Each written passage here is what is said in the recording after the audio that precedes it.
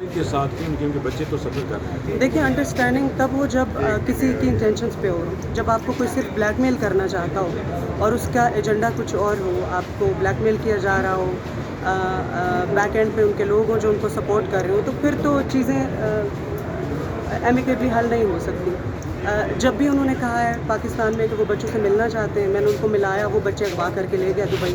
پھر الزام بھی انہوں نے میرے اوپر لگا دیا کہ میں اپنے بچوں کو کڈنیپ کر کے لائی ہوں، حالانکہ ہی از دا ون جو کہ بچوں کو لے کے گئے تھے. پھر دبئی میں ملنے کے بہانے بچوں کو لے کے گئے، وہاں پہ غائب ہو گئے. ان کے سارے ڈاکیومنٹس کورٹ کے پاس ہیں، سب چیزیں کورٹ کے پاس موجود ہیں.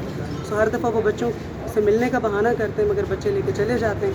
پھر وہ اپنی کچھ شرطیں رکھتے ہیں جن کو ہم دیکھتے ہیں کہ اب اس کو کیا کرنا ہے، تو وہ یہ طریقہ کر رہے ہیں. So basically he is not interested to meet kids اور anything. Basically he is just a blackmail. آپ نے آپ سے بات کی ہے کہ آپ نے کہا کہ آپ اپنی سادگی کا بار بار مظاہرہ کر رہی ہیں، بار بار بچوں کو آپ سے ملنے کے لیے کبھی دبئی لے جاتے ہیں، کبھی پاکستان سے لے جاتے ہیں، کبھی اپنی شرائط رکھتے ہیں، آپ ان کی ڈیمانڈ کرتے ہیں. جی کیا وجہ ہے کہ کون سی ایسی درمیان میں کوئی ایسی منی، پیسہ، کس قسم کی کیا بلیک میلنگ چل رہی ہے؟ منی، پیسہ، ہی وانٹس منی. کس مد میں وہ آپ سے ڈیمانڈ کرتے ہیں؟